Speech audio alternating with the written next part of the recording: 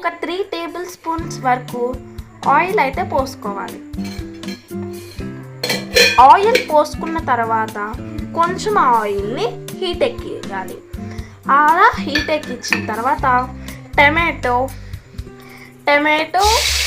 Tomatoes వేసుకోవాలి. First అయితే tomatoes వేసుకోవాలి.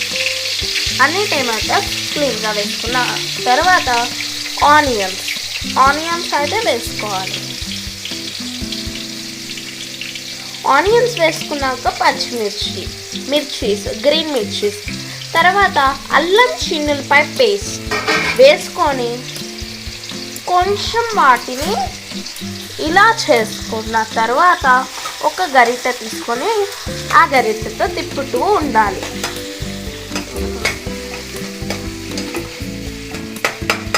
అండ్ ఇంకో విషయం ఫ్రెండ్స్, అది వచ్చేసి గ్యాస్ వచ్చేసి సిమ్లోనే పెట్టాలి. టమాటోస్ ఆనియన్స్ అవి వేసిన తర్వాత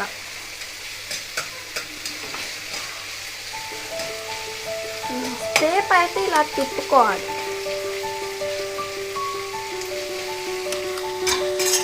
నెక్స్ట్ అప్పుడు ఎగ్ని అవన్నీ వేగించిన తర్వాత ఎగ్ని అయితే వేసుకొని తిప్పుకోవాలి.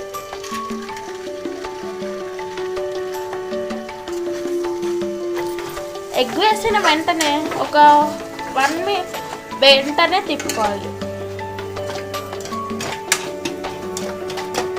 టమాటో ఆనియన్ అవన్నీ వేసిన నెక్స్ట్ కొంచెం ఫ్రై అయిన నెక్స్ట్ మినిట్ ఎగ్ వేసుకొని తిప్పుకోవాలి ఫ్రెండ్స్.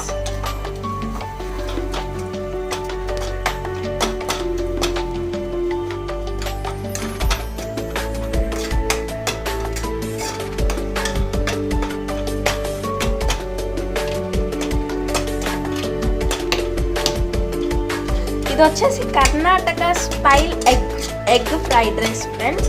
ఒకవేళ మీకు నార్మల్ ఫ్రైడ్ రైస్ కావాలనుకుంటే ఆ ఎగ్ ఫ్రైడ్ రైస్ ఆ ఎగ్స్ బదులు దాని ప్లేస్లో మిగతాది మీరు యాస్టిష్ చేసుకోవచ్చు. ఇది వచ్చేసి Karnataka style egg fried rice and non egg fried rice.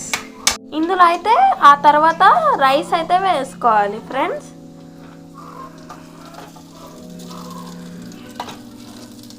ఇందులో మెల్లమెల్లగా కొంచెం రైస్ వేసుకోవాలి.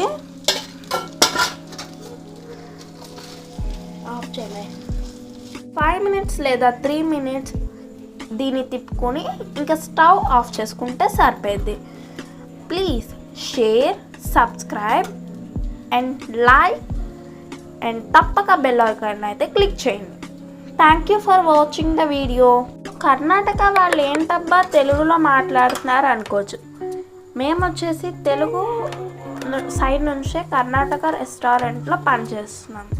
ఇది ఫేక్ వీడియో అని అయితే అనుకోమాకండి ప్లీజ్.